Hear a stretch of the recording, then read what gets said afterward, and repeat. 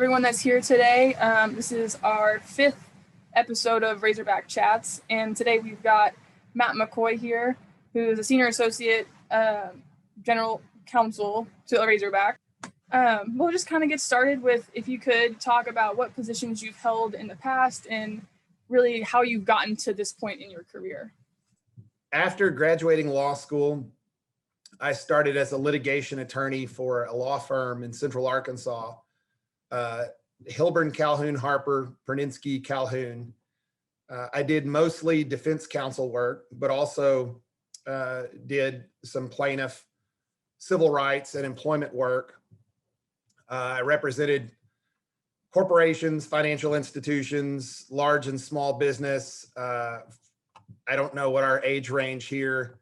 I know Craig will know the name Ralph Nader. I represented Ralph Nader in 2004 to help him get on the ballot in Arkansas, in one of only 3 states where he was successful. After that, we sued the state of Arkansas, and the Attorney General offered me a job. That Mike Beebe was the Attorney General at the time, later became the governor. And I was named the state's education attorney. So I did K through 12 education and higher ed. I also had the opportunity to argue in front of the Supreme Court for legalization of gambling in Arkansas and casino games. So if you've ever been to Oaklawn or Southland, that was part of the litigation that we had. Also, desegregation cases. Looking back, represented the governor, the legislature, state police, all of the other schools outside of our UA system, and then was offered a job with University of Arkansas system in Little Rock. And they had, I think at that time, 19 institutions, including the state's medical school and both law schools, ULR, UAPB, all of the junior colleges in that system. Was there for several years, and then was offered an opportunity to come back to Fayetteville. I graduated from the University of Arkansas. I got my law degree here too. So I was grateful to be able to come back. On this campus, I had all of the issues that the General Counsel's office would normally be presented with, but primarily litigation, employment, athletics, and Title IX work. And then the previous athletic director, when Jeff Long was here, had asked the system, because the demands in athletics were increasing, the contracts were becoming more complex, compliance issues, sponsorships, had asked the system for dedicated legal counsel. And then they asked me if I would come in-house. So now I'm 100% appointed athletics, but not just for this campus. I also advise all the other 4-year and 2-year institutions and their athletic departments as well. So now we have 22 institutions. I started with 9 lawyers in the General Counsel's office. Now we have 19. So it's grown quite a bit. So, and like kind of following your path, you haven't always worked in athletics. That's a very recent thing for you. When did you ever want to work in sports before that? Or was it just something that an opportunity came up and you were like, hey, that sounds cool, I'll do that? No, what I said was, here's a real lawyer's answer for you. No and yes. So I played football and baseball and was a Division I recruited student athlete, but was apparently not talented enough to play at the University of Arkansas. So, but I still wanted to come here. So came here for undergrad, studied international business and economics, put sports on the back burner except to watch it at games or on TV. And then when I decided to go to law school, I was in my first year in Howard Brill's class. I don't know if you all have met Howard Brill, but he was a former faculty advisor to athletics, was involved in a lot of compliance issues over the years with the University of Arkansas, was later on the Supreme Court, was the Chief Justice of the Supreme Court, but he teaches law school here. And in his class, he brought in a young, at that time, really young lawyer named Scott Verity, who talked about representing the university in front of the NCAA Committee on Infractions. And I thought that was really cool. I never heard anything like that. I didn't even know that was an option for lawyers. And then at the end of that, Professor Brill had asked everyone in the class to write down on a sheet of paper where they wanted to be in 10 years. So at that point, I wrote down on a sheet of paper, I want to be the lawyer for the Razorbacks, just like Scott Verity. So fast forward to, I graduated in 2001, fast forward to 2009, and then I'm working with Scott Verity within the University of Arkansas system. And let's see, by 2015, he became the director of the Razorback Foundation and then recommended me for the job up here.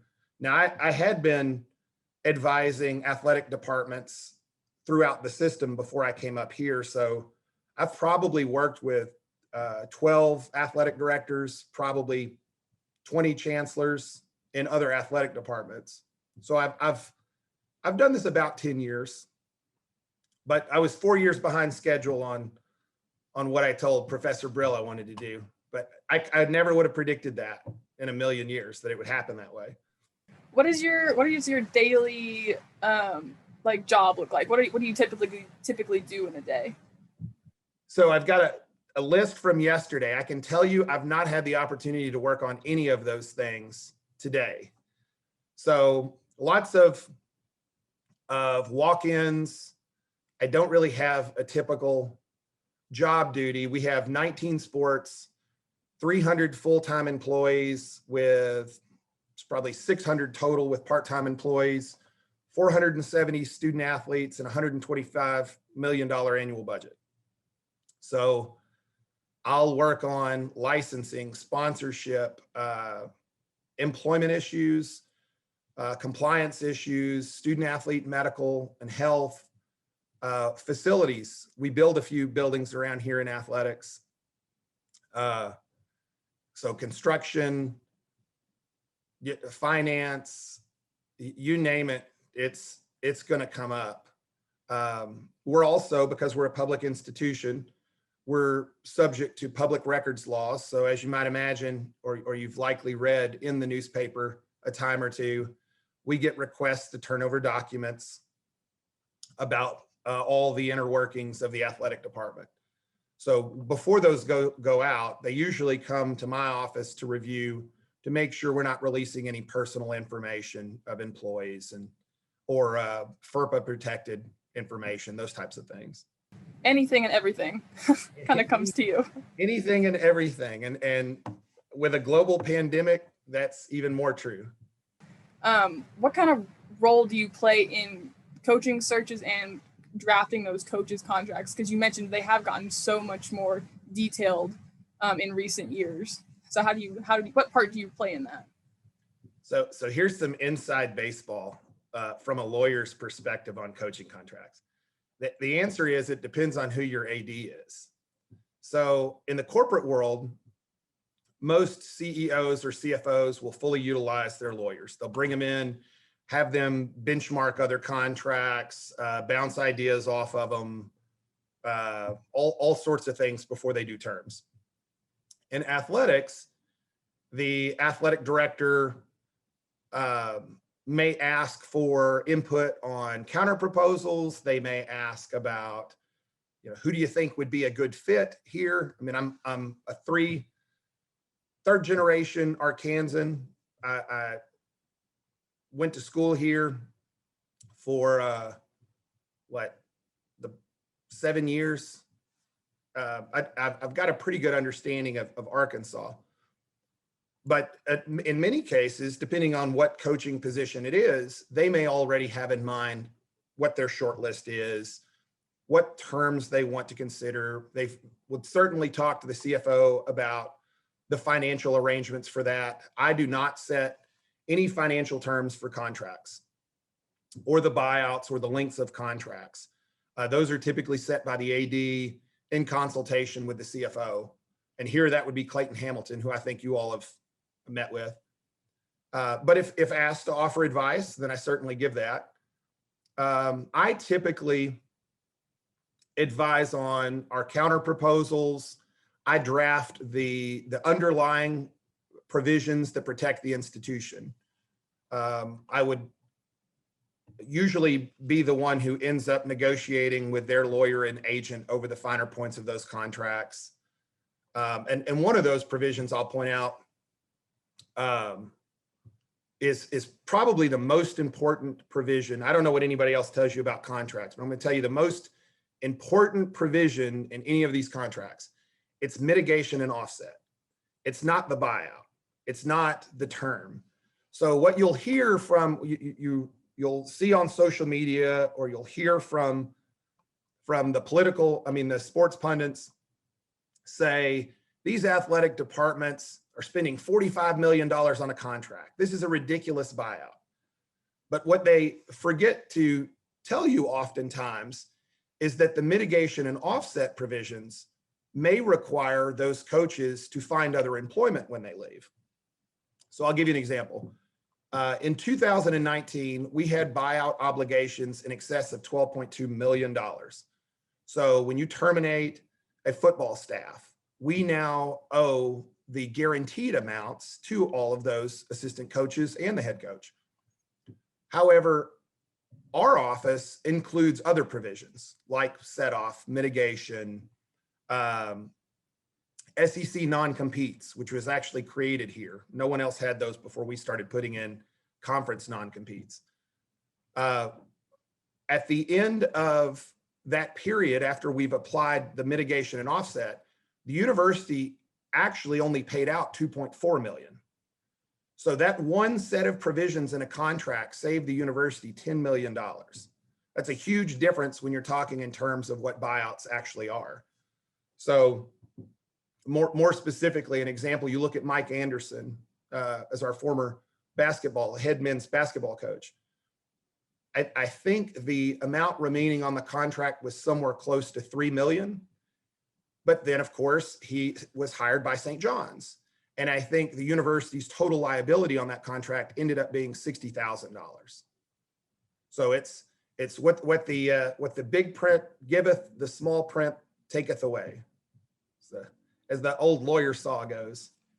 Shifting gears a little bit, kind of a hot topic in college athletics right now is the name, image, and likeness legislation that's kind of set to come out here soon. What have you played any role in that in the state of Arkansas? Yes. So I was asked by our athletic director and working with the Speaker of the House to draft our version of a name, image, and likeness bill for the General Assembly this session. So the House Speaker has since filed that bill, which includes provisions to protect our student athletes and give them the ability to utilize their name, image, and likeness. I'll say one of the other things that it does, which is really important in the process of doing that, is it allows them to retain representation with regard to their athletic careers and their name, image, and likeness, but it also protects them. We have a unique provision added into that, and I hope it survives to become law, which allows our student athletes to rescind that contract once they graduate or if they leave the institution.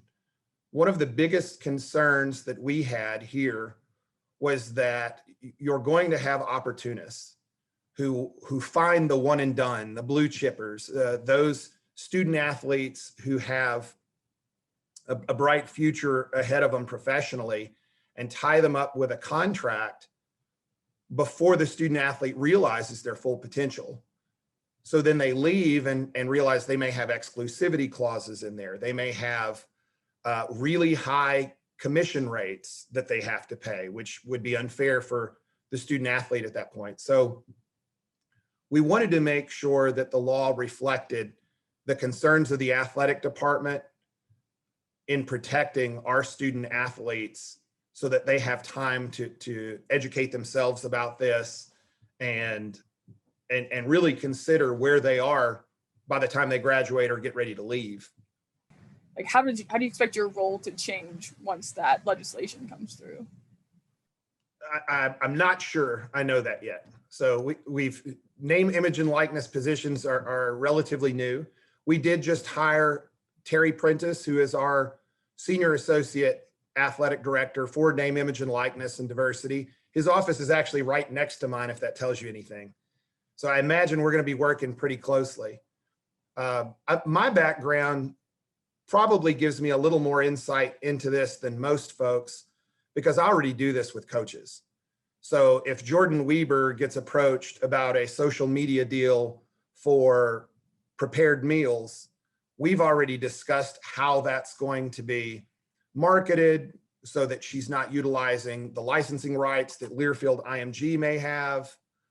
For those who don't know, Learfield IMG is our multimedia rights partner. So every time you see a Razorback in the community, it's likely they're due to a deal that Learfield IMG helped negotiate. So we've got to balance a lot of our contract rights as well, whether that's with apparel, with Nike or Easton, was our former bat and equipment provider for baseball. So a lot of these provisions go hand in hand. We've got pouring rights with Pepsi. We've got isotonic beverages with Gatorade. So we have to be very careful in what our student athletes would propose to sponsor or represent, and to make sure that aligns with the institution as well.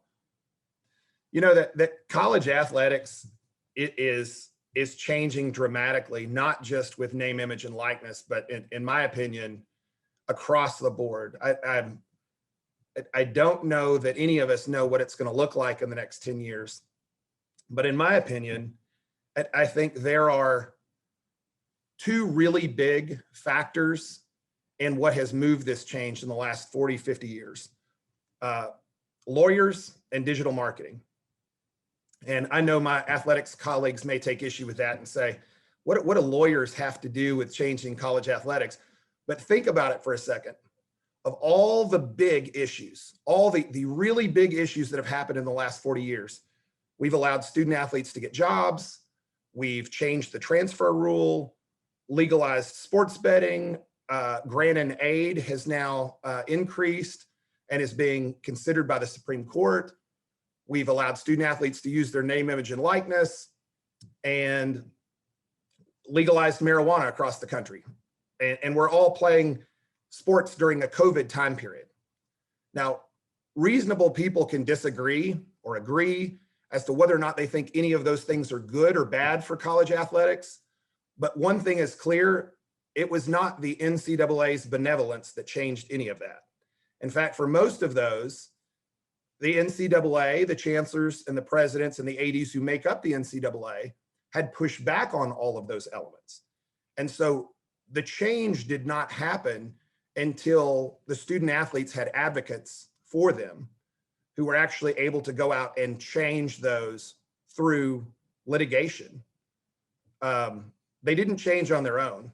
We're looking at name, image, and likeness, and to date, we still don't have NCAA legislation on it or a federal bill to address it. So, but lawyers are drafting bills for their general assemblies to make sure that student athletes have those rights. So I think it gets overlooked a lot, the importance of that attorneys have played in that arena. And then I also mentioned digital marketing. Man, have you all spoken with Taylor McGillis? He blows my mind. The things they work with and come up with, athletics didn't have or address in the last 40 years and wouldn't have but for digital marketing, I think. But that's one person's opinion. Definitely big changes in the sports careers that are popping up. We are running like close to time right now. So you mentioned digital marketing and legal professions growing in sports. I think most of us in this class are looking to make a career in sports, whether it be, marketing, athletic training, things like that. So do you have any advice for us in general for making a career in sports? Yes, and it will be different from likely anything you've heard from any of my colleagues. So I am not going to be one of these people who says, I remember sitting in your chair like you're doing today. It takes me back to when I was a young GA. In my opinion, college athletics as a whole suffers from too much homogenous thought. So a lot of the same ideas get recirculated. Marketing departments say, what are we going to do? Well, here's what I did at my last institution. Same for business, same for compliance. So my advice would be do something other than sports for a while. You can get back to it. You can come back to it. But I'm not talking necessarily about extending your academic education. I'm talking about expanding your work and life experiences. So travel. So take on a job outside of athletics where you're going to learn something that you can bring something new to the table. And if you do that, I can guarantee you'll be unique and you will be sought after. That would be my advice. Now, it may not be easy. It may not be an easy road. It may be easier to be a GA and then move into a position in athletics. But another old quote my grandfather used to tell me is, smooth waters never made a good sailor. So I would challenge myself.